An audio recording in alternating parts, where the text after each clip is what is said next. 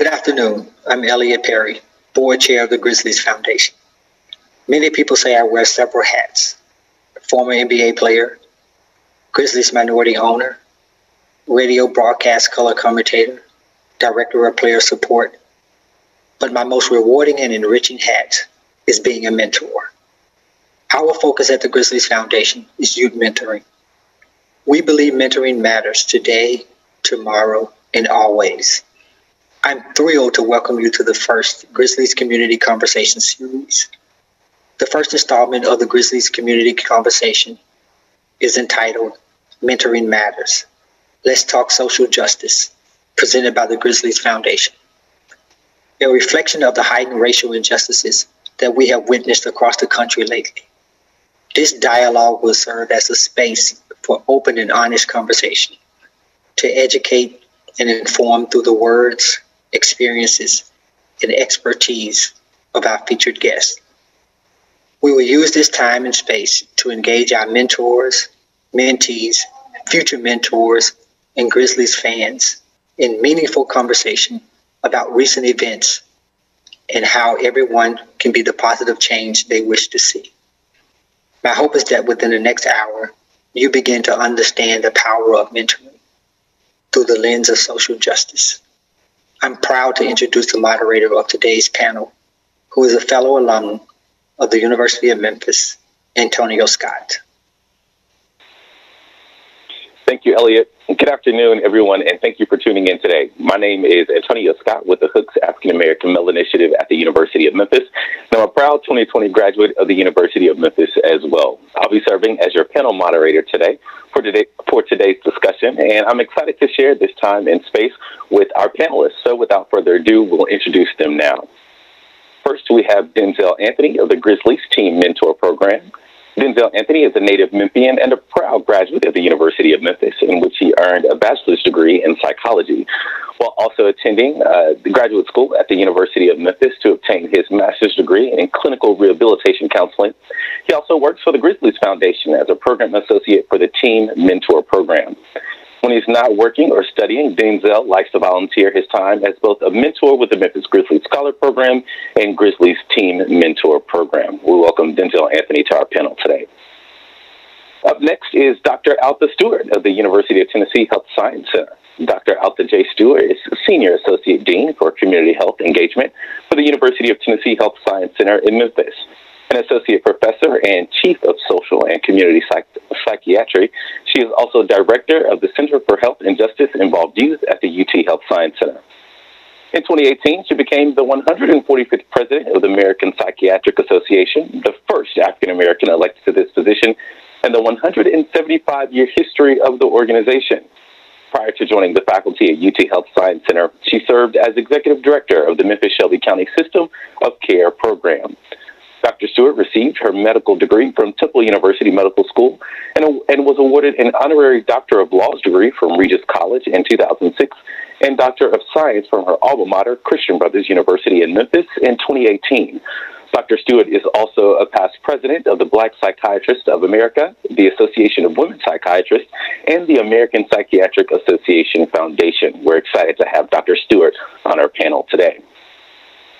Up next is Dudney Sylla of Mentor, the National Mentoring Partnership. Dudney Sylla serves as program director, overseeing and supporting special projects, including Mentor's work on informal mentoring, education, and guide on the intersections of mentoring and masculinity. Previously, Dudney worked as a design consultant for the Office of Human Capital, Diversity Programs at Boston Public Schools, and as a program manager at Jobs for the Future. Dudney holds a bachelor's in sociology and a master's in education from the University of Washington. We're excited to have Dudney Sylla on our panel today. And last but certainly not least, we have Joia Erin Thornton of Just Sitting. Joia Erin Thornton holds a Bachelor of Arts and Sciences degree in English and French from Louisiana State University and a Master of Public Administration and Policy degree from the University of Memphis. She is primarily responsible for systems education, organizing, and community building in the Memphis area. A native of Memphis with strong New Orleans roots, she spent most of her life between the two uniquely diverse cities on the mighty Mississippi River. Joia leads Just City's Court Watch project and supports participatory defense efforts in youth justice, and is also the Memphis advocate for Tennesseans for alternatives to the death penalty. She is very passionate about youth justice, the abolishment of state-sanctioned executions, and the end of mass incarceration in the United States of America. Thank you all so much for joining us today. Of course, through your bios, we have a lot to talk about and a lot of expertise on our panel, so we're going to jump right into our conversation. So, Denzel, we're going to start our discussion with you, and we're excited to talk about everyone's path as a mentor. Denzel, for you, reflecting on the many years of racial injustices and the recent killings of unarmed African Americans like Breonna Taylor, Ahmaud Arbery, and George Floyd, can you share how these experiences have affected you as a Black man, and as well as how they have impacted your discussions with your young Black male mentees? Okay. Thanks for the question, Antonio. Being totally transparent as a Black male in America, it definitely shook me to my core with the recent deaths of Breonna Taylor, Ahmaud Arbery, and George Floyd. As adults, that's definitely a hard thing to process and to deal with, talking with other adults, especially those who look like you, when things like this happen, because there's almost a sense of, you having this thought of, when is this going to end, right? And for me, I was just so overcome with emotion because I did have that thought in my head, when is this going to end? Because it seems like these are not just isolated incidents, right? So these are happening more and more often than they should be, or they really shouldn't happen at all. But definitely we're seeing, our deaths caught on tape more and more every day. So definitely it's been hard emotionally to process through those things that are happening. And with me having mentees who are teenagers at this time, it's totally changed my mindset on how to talk to them about things concerning social justice, because there was a time where I was like, well, for young people, maybe this isn't something that they look into, or maybe this isn't something that affects them. And I was totally wrong about that. Our young people in today's society not only go through the traumas that they go through every day, but it's trauma on top of trauma when you're seeing these cases with young Black men and women dying at the hands of those who are supposed to protect us in everyday life.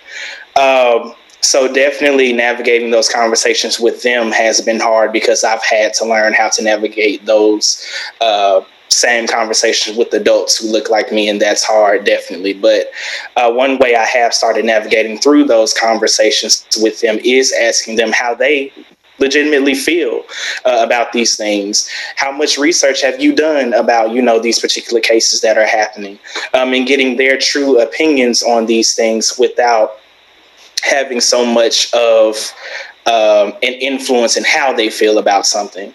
So definitely I always keep in mind that the young people that I mentor, they have a voice as well, and they have their own opinions on what's going on as well. So I try to keep that in the back of my mind when I have those conversations with them. It can't just be about how I feel about something, but how they feel about what's going on in the world today. Yeah, I love that. I love how you talk about the emotional aspect of it. And right, it's something that we as mentors and something as mentees have to process both together. So I love that. Thank you so much for that, Denzel. Dr. Stewart, we're going to you next. Dr. Stewart, as an expert in the mental health field, can you talk about the potential effects of trauma, discrimination, racism, and even oppression can have on young people, and how mentors might help young people navigate these challenges while considering the importance of their own mental health? Well, thank you. First, let me say how pleased I am that we're having this discussion and including mental health and emotional well-being in the conversation. And I want to thank Denzel for starting us off in that tone of, I understand this because I am this. and talking about his lived experience, I think, helps to create the framework for putting this in context. A lot of time people hear mental health and what they really think is mental illness. And I want really to remain focused on health and not illness. The challenges facing many of our young people today, and certainly many of the young people that are being mentored by folks who are participating here today, should be encouraged to see this as an opportunity to talk about health and not illness as it relates to what they are experiencing. As you heard in the introduction and my bio, I spend a lot of my professional time working with young people, mostly young Black men, who are, for reasons that they have no control over, trapped in systems outside of home and community, whether that's the justice system or the child welfare system, under 18, challenged by the lack of a fully developed adult functioning brain, making decisions at the spur of the moment that are going to impact them for the rest of their lives, and not having, in many cases, the appropriate level of adult input, supervision, support that says this will get better, or we can work to make this get better, or this is a moment in time that should not dictate the rest of your life. And I think as mentors, there are at least three things that I would encourage people to do specifically related to encouraging good mental health in our young people. One is realizing that words matter. I am on a campaign professionally in the city of Memphis to stop using the word juvenile to describe young people. It sets in motion a series of images and thoughts about young people that basically consign them to a path that they may or may not be on, but certainly should not dictate their future. These are children, they are young people, they are adolescents. There are a whole host of other words we can use when we speak about them. But the moment we say juvenile, we set in motion that whole picture of juvenile delinquency, juvenile crime, juvenile everything that really stops us from being able to see them as human beings who are at a moment in time where their development has not caught up with their life experience, and we should not place that burden on them. I think the second thing I would encourage mentors to do is to listen.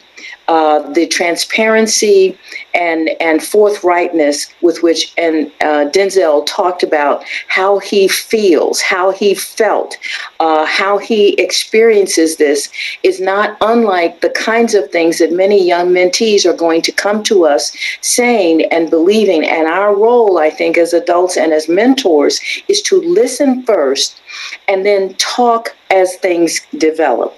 The third thing is to recognize that there are traumas that young people experience today that many of us did not have to deal with coming along. And if we're going to be effective in the mentoring, then we have got to understand and not frame it in our context, but appreciate and understand it in their context.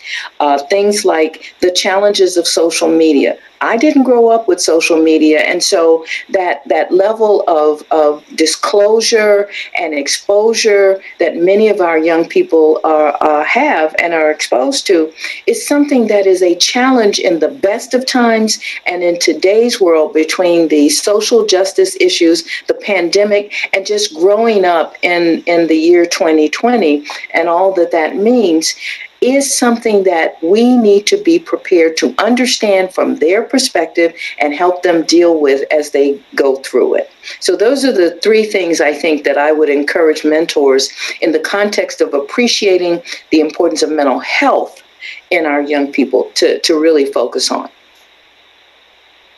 Yeah, thank you so much for that, Dr. Stewart. You said a lot there. So well put, from, using or being aware about how our messaging and how our words mean in the term of juvenile, from that perspective to also being mentors, putting ourselves in our mentees' shoes. That's really important. So I love how you really brought that out.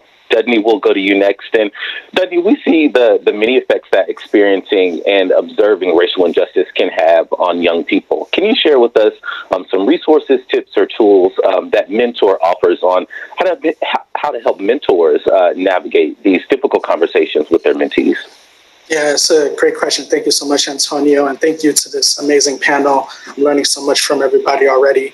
I think building off of what was just said, I think mentors can play such an important role in these conversations. Like, the question mentioned, these are very difficult conversations, and you're bringing multiple perspectives to the table as well, understanding the context of the young person. I believe so deeply in that. In the work that we do, we talk a lot about this concept of having a mentoring mindset. And really what that means is 4 things. One is this attitude of I see you. So how do we start with really understanding the perspective of the young person? And so what was shared, I thought, was incredibly important, like really understanding their situation, their context, their questions, what that young person in front of you, why they identify with what they're saying and how they identify with what they're saying is so incredibly important. The second piece, with difficult conversations is trying to identify the way that you can help. Right? You may not be able to solve everything in your interaction. So it's okay to be present, to listen constructively, to ask as many questions as you can, and to really be a safe space to unpack. Because oftentimes with difficult conversations, we may not always come to a solution in the moment, but we want as mentors and in our relationships to create a space for that engagement and for that unpacking. And I think that that's one way that mentors can help. The third thing is, being developmental. What is one thing that you might be able to do to help? Maybe you read a book together. Maybe you go to an event and you debrief the event. How do you create sort of a shared experience with which you can unpack and untangle the difficult conversations that you're having around a wide variety of racial justice and social justice topics? And then remembering at the end of the day that you're in it together. Like as mentors, one of the biggest assets that you have is learning from the young person. Learning from their expertise, learning from how they approach situations, what they're learning from their peers. And on our website, we have a website link that everyone can go to right now, www.mentoring.org/racial equity, where we have a series of tools and tips and resources there that you can also leverage to support you in these conversations. And really what those resources do is really allow you to hear from experts like Dr. Wisdom Powell, from youth themselves. We did a Blacktown Youth with young people where they talked about what they're looking for from adults and what they want to bring to the table in these conversations. And so we definitely want to encourage folks to check that out. And on there as well, you'll find some different training modules that really get at, what does it mean to know myself first? Part of the reason why these conversations are difficult is taking the time to really understand where you're at and what you want and what you believe and what agreements matter to you in the conversation, and really understanding yourself even before you interact with the young person. Because sometimes we bring so much into those conversations, whether it's our own triggers, whatever the case might be, and taking the time to really understand yourself and where you're coming from and what's important to you before engaging can be really important. And we have a great module called Getting to Know You. Let me meet you where you are, which you can find on that website link, as well as some other webinars that you can check out to learn a little bit more from a critical mentoring perspective, including a guide that we put together on the intersection of mentoring and supporting young people in the wake of violence and trauma, where we share some tips in there for mentors around what it means to know yourself, what it means to educate yourself about these topics, acknowledging what's going on, acknowledging that there's some questions that won't be solved, but we can be a source and like a source of a safe space for a young person to untangle these things. And sometimes the hardest thing is to begin the conversation. But once we begin the conversation, how do we make space for the range of emotional reactions that young people may have, and to validate those experiences while continuing to support them and to be there consistently to listen to them. And also the last thing I'll say too is also the importance of modeling self-care, right? Where you have these conversations with each other, but how do you also tap into different ways that you can take care of each other after and before those conversations, and be able to do that as a community. Yeah, absolutely. Definitely some great information. Thank you for sharing that, Dudney. I love how you talk about this concept of shared experiences, things that you can do together and debrief those things together. And then definitely hope that our viewers take advantage of all the great information that you shared in that website. Joia, we're coming to you, and in your work at Just City, you support and advocate for justice-involved youth. What role do you think mentor can or does play in helping to limit youth-police interaction? Thank you, Antonio, and it's such a privilege and pleasure to sit on this panel with such capable and also prowess in their own areas individuals. So I thank you for that. When you talk about limiting police interactions for young people, that seems to be a simple answer or remedy, but it's very complex. You have to think about it in two terms. So you have to think about individual accountability, but you also have to think in terms of system accountability as well. So individual accountability is you can teach a child how to model positive behaviors, how to make good grades in school, how to be engaged in your community or in a faith group. You can tell them to go against the grain, or like we say, take the road less traveled towards positive influence. These are all textbooks and also proven indicators of just a successful person, period.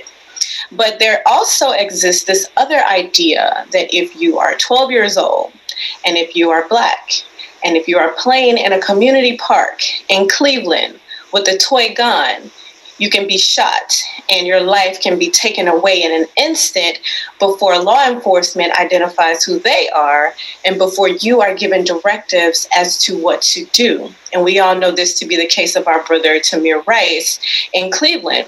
So when you look at law enforcement officers, and they like to give the response of there are a couple of bad apples, but we know that one bad apple can spoil the entire bunch. So we had to speak and elevate these discriminatory policies and biased cultures and attitudes that exist within systems that we need to transform and change. And one cannot exist without the other.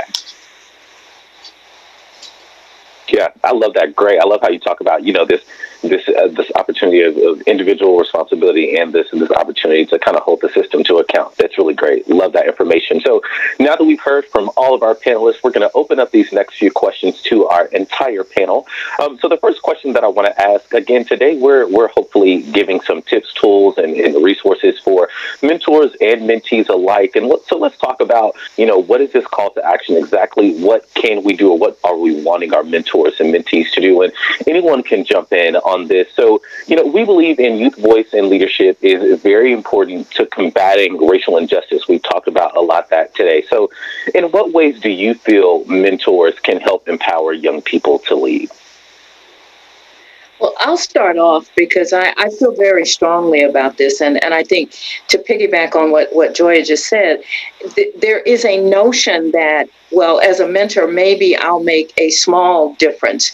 What I think we all need to understand as adults, and certainly as people who provide mentoring to young people, is that every bit of science that I know says very clearly the most important thing that can happen in the life of a young adult who's at a crossroads, who's in a difficult situation, who is about to make decisions that could impact them for the rest of their lives. The most important thing we can give them is that solid support from a caring, consistent adult presence in their lives. Someone who will unconditionally both work with them and learn from them and just be there for them, no matter what. And that evidence is all throughout all of the literature. It's been scientifically studied. We've got practical knowledge on this panel of people who have served as mentors. We know that one fact to be absolutely true. So for anybody who is mentoring now or considering mentoring, understand your very presence in the life of that young person could turn the tide for them. It won't cure all of the things that were just listed by Joia as the systemic things that work against them, but for them to be able to focus consistently that this person is in my corner. This person understands I didn't do what they said. This person is going to stand up and support me when others don't. That is the most important thing a mentor can do. Right. And I also just want to dovetail off of Dr. Stewart in saying, and I believe a lot of the panelists have said it as well, that you also have to empower them and let them know that they have a role and a position in this world.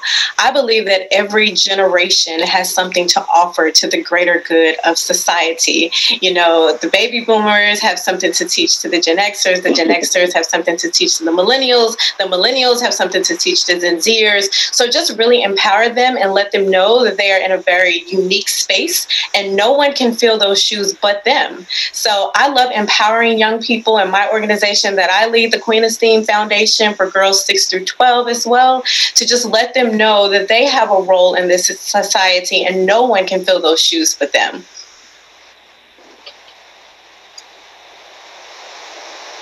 That's really good. Anyone else?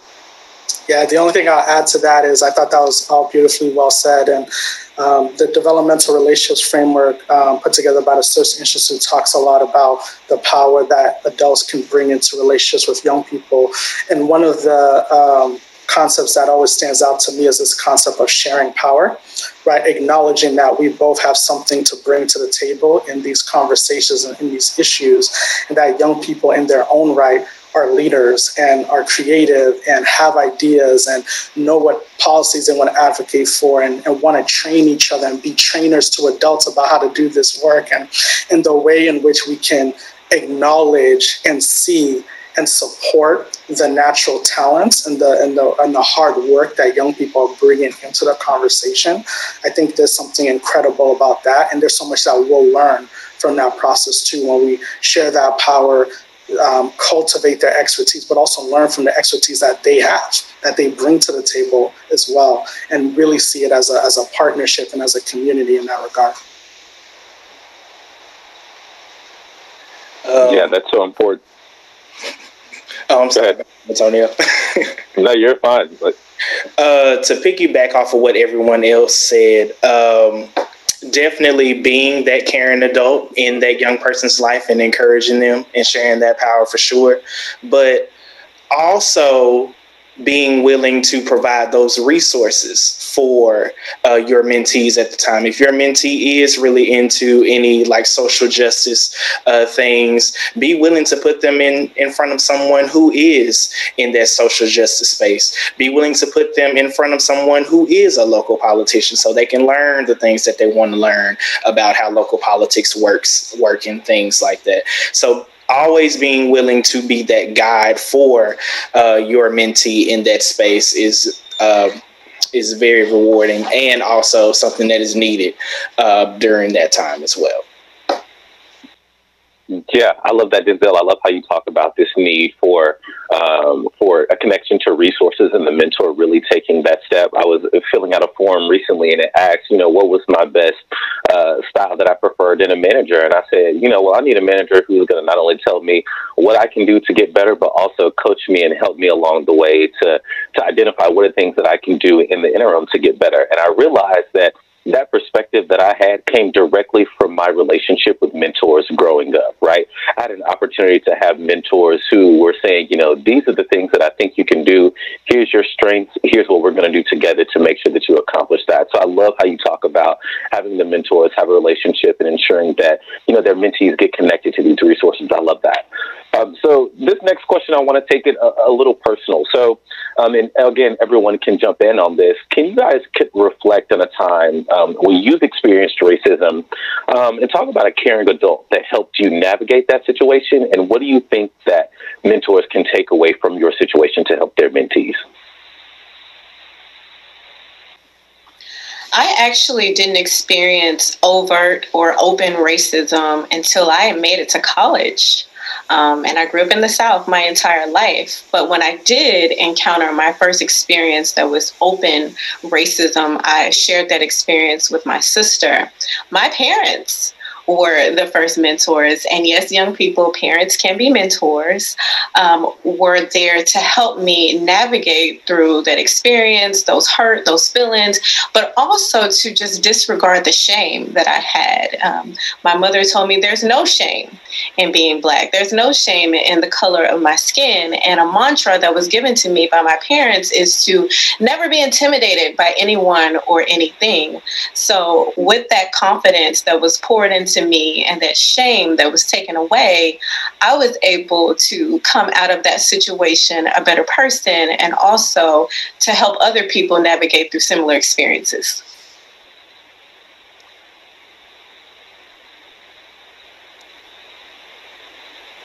Well, I'll add a bit of the historical context, as I'm a couple of years older than most of my fellow panelists.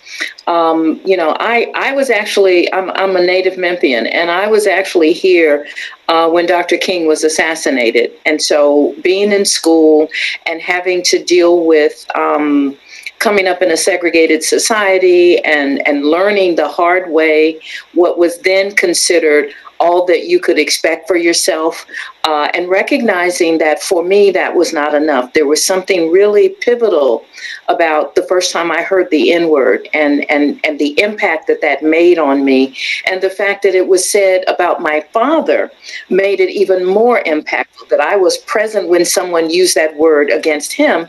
And like was just said, his response was that did not apply to him, and it would not apply to me unless I accepted it.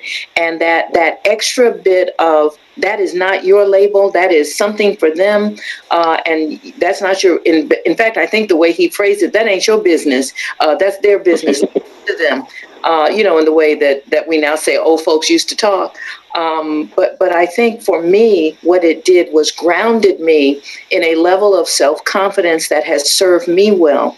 And over the years, I've had some incredible mentors who have helped me chart a path through life. I've had some mentors who turned into sponsors, which I think was the reference that you were making earlier, Dudney, about people putting you in a place, or maybe it was you, Denzel, putting you in a place where you can be exposed to people. I've had some tremendous ones of those. And I think overall, the exposure to racism over the course of my life and career has strengthened my resolve to be both a better person for myself, as well as to reflect the kind of person I encourage young people to want to be. I work a lot with young people now, not in my day-to-day world, who are training to be healthcare professionals. And the structural racism that exists in our healthcare system, the inequity in that system, the disparities we see played out even today through the coronavirus pandemic are things that I am leaving to them to take care of. But I want them to be prepared and armed with the necessary tools to do battle against these things in their own way, in their own time.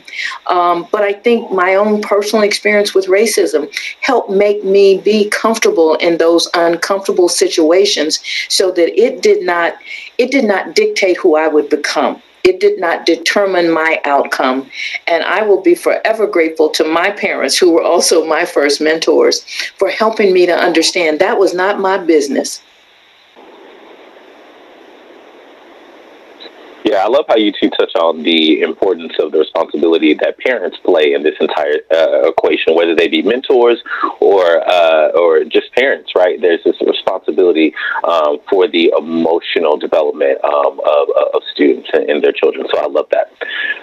So I think we've heard a lot of great information today from all of our panelists, but we want to hear from them just one more time. So before we close out today, I'm going to go down the panel, and we want our panelists to share any additional information or any takeaways that you want our viewers to take away from this discussion. We'll go in the original order. So we'll start with Denzel, go to Dr. Stewart, Dudney, and then we'll end it off with Joia. So I'll give it away to our panelists for one more time. Well, the one thing that I do want our viewers to get from this conversation is that these conversations are needed, plain and simple. And we should be having these conversations with our younger generations as well, because just like we are impacted by these conversations as adults, the young people are impacted by the things that are going on as well. So just remembering that these conversations are needed, and also keep your mental health and peace of mind intact. Definitely that last part. Keep your peace of mind intact, because these conversations can definitely weigh in on your mental health. So take a breather. Go do some exercising or anything that you need to take your mind off the negativities that are going on in the world, and then it's okay to come back and debrief. So that's what I want people to learn from the conversations that we are having today. Okay, I guess I'm up. I think if the young people who are listening can understand that the message from me is persistence pays off. That if you have an idea, if there's someone you believe can actually help you, don't be put off if they say they don't have time. Find a way to break through that and tell them why it's important to you to spend time with them. Most of us are very busy, but when it's made clear to me by a young person that I can talk to anybody, but I want to talk with you for this reason, I generally come around. But I do that with people who are persistent and don't let me have a moment's peace. And it has paid off, I think, for some of them. To the adults who are listening, who we hope will, if you're not a mentor, will become a mentor, remember what has been said here today about the importance of empowering youth, the importance of listening to them, the importance of recognizing that from a science and healthcare standpoint, until they're about 26, the real important part of the brain that makes good decisions really isn't formed. So the more you can help and support that development, the better off they will be in the long run. And remember to just be a constant presence of support for the young people that you mentor, and for any young person, actually, because that's really important, and especially in today's world. Yeah, it's incredible. And, what I'll say is that, when I think about like who a mentor is or what it means to have a mentor mindset, like that can come from any source. And so whether you're a young person or adult listening, like you are a mentor.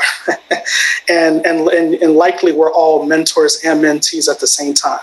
I still learn so much from the people who've had incredible impact on me, from starting with my parents to my teachers to many supervisors that I have and still have. And so it is my belief that you can bring that mentor-like mindset and approach into any relationship that you're a part of. And it's important to be able to affirm each other's agency, affirm each other's stories, that, this is not about shame. This is not about perfectionism.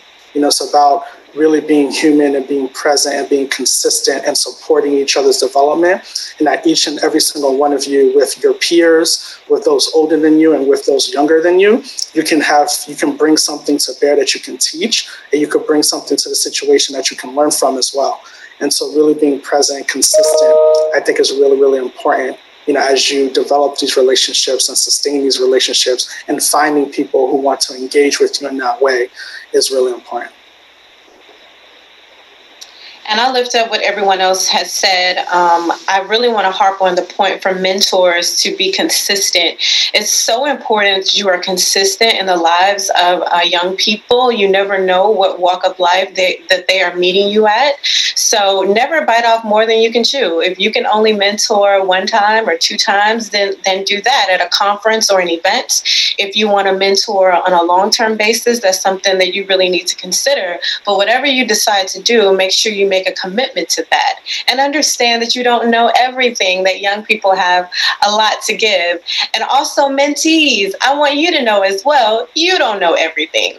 I'm in my 30s. I have a mentor who's in her 40s and 50s. When I get in my 50s, I'm going to need a mentor in my 60s and my 70s. Everyone at every phase of life needs a mentor. You never outgrow coaching and healthy, positive development. So just understand that the mentor mentorship relationship should be a lifestyle, and it should always be a part of your life. That's really, really great information. I love how you talk about this should be a lifestyle. So I know I said that was going to be the last round, but you all had a lot of great information to share in that. So I want to ask you one last question. And so I think this question is going to cap it off perfectly. So with all of our discussions and our great conversations today, panelists, in your lasting words, how has having a mentor aided you in your personal and in your own professional journey?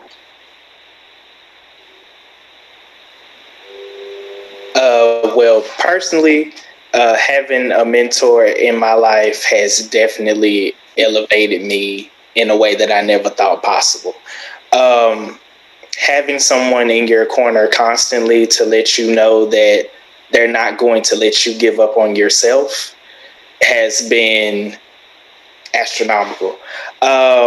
And it's definitely watching my mentors practice what they preach has definitely been a strong thing for me as well. So definitely having a mentor in my life has impacted me greatly. I'm a firm believer in you just don't get anywhere by yourself. There's always somebody there who has helped you along the way. So keeping that in mind, even as adults, like Joia said, even as adults, we have mentors in our life throughout our whole lives. So definitely having a mentor in my life has impacted me greatly personally and professionally, because even in my professional setting, I'm getting mentored every day. So definitely has impacted me greatly. Well, I'll jump in and say that I don't know that my career trajectory would have taken the course that it did if I had not had mentors literally from grade school, who both saw a potential in me that I had not any idea was there, and who encouraged me and my family to encourage me to keep moving forward. The fact that, as you heard again, I'll refer back to my own personal experience. You heard in the introduction, I tend to have control issues. I like being president of things. I like being in charge of things. That is in large part because the people who mentored me said, always go as far as you can wherever you are. I had a wonderful experience and exposure before I went to medical school with Alvin Poussaint, who was the only Black psychiatrist I'd ever heard of at that point. And interacting with him helped me choose my profession. And I've since gone back, and he is now a mentor again. And Alvin is well into his 70s. But I still call on him for advice and look to him for guidance in certain areas. There have been people all along the way that have been helpful to me. And I guess the other thing I would say, which I did not stress enough before, as a young Black woman growing up in Memphis, Tennessee in the 60s, who was in South Memphis at a time when it was actually a very thriving, supportive community setting, coming out of that and finding myself on the world stage as president of an organization of over 39,000 members was nowhere in my dream at that point. I had no imagination big enough to capture that. And looking back, had it not been for some critical points along the way where people believed in me, they supported me, they encouraged me, they provoked me, they made me deal with whatever insecurity or lack of confidence that I had, and mentored me all along the way, and then sponsored me into these other activities. I'm pretty sure I would not be where I am today doing what I do today. So I think mentoring is one of the most important things we can do to make sure that generational add-on that was mentioned earlier continues. I think I've still got some things to give back, and I know I'm learning a lot from the generations behind me, especially around technology and understanding social media and all of those things. Your brains are so active and enthusiastic. I'm like a sponge again, taking it all in. So I think it's an important time for us all to recognize, and I love the way you put it, Joia, mentoring should be a lifestyle, not a point in time, and once we're past that point, it stops.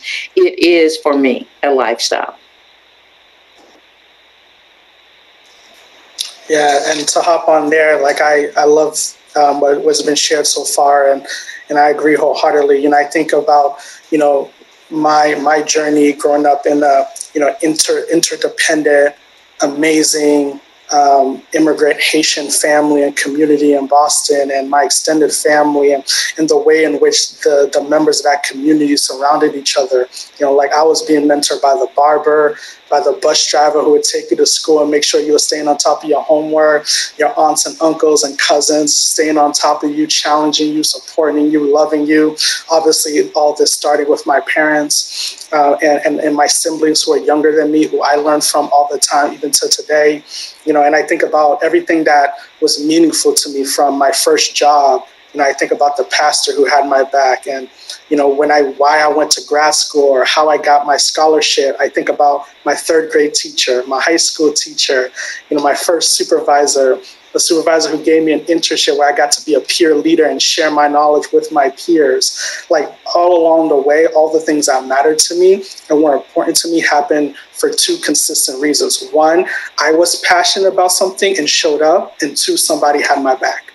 And that there was always a relationship between those things. And there are moments where maybe you feel alone, and other areas where you have a lot of support and maybe your confidence is challenged. But when you stay present in your relationships, it uplifts you. And I can say for sure, like when I think about me doing even something like this, speaking in public, like I remember young Dudney being really shy in the back in the corner. I never would have imagined that he would be at a national organization speaking to, you know, this many people about topics like social justice and putting myself out there and sharing my passion. And it was all the mentors along the way who not only had my back, but who also learned from me and said, you bring something to my life. You know, I think about, you know, there was a scholarship I got to go to college where I almost didn't go to the interview.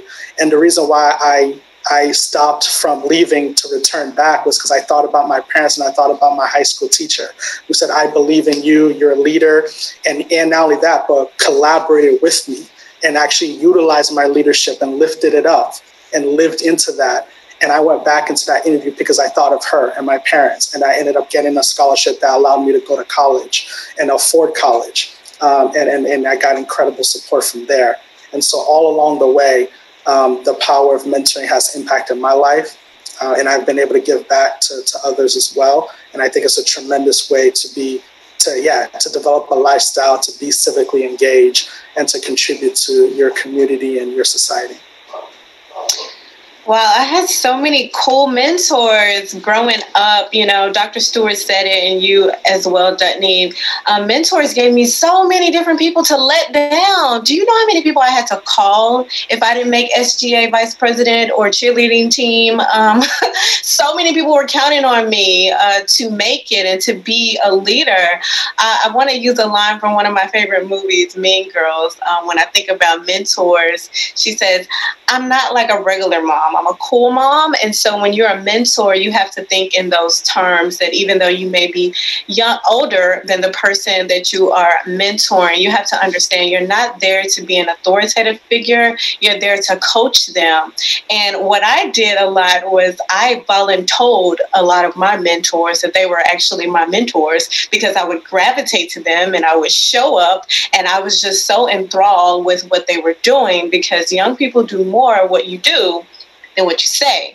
So I just gravitated to a lot of positive people and they became, surprise, my mentor through those encounters. So definitely mentorship has, as what the panel has said, has shaped the person that I am. And I can only just give that back and pay it forward. Absolutely some amazing takeaways from our entire panel today. Wow is the only word I can say from the amount of education and edification that we got on this panel. So thank you so much to our panelists today. This has been an amazing and a really encouraging conversation. So, you know, we have only tipped a small piece of the iceberg today in understanding the power of mentoring through a social justice lens, how to navigate difficult conversations with mentees, and the connection of traumatic experiences to help disparities.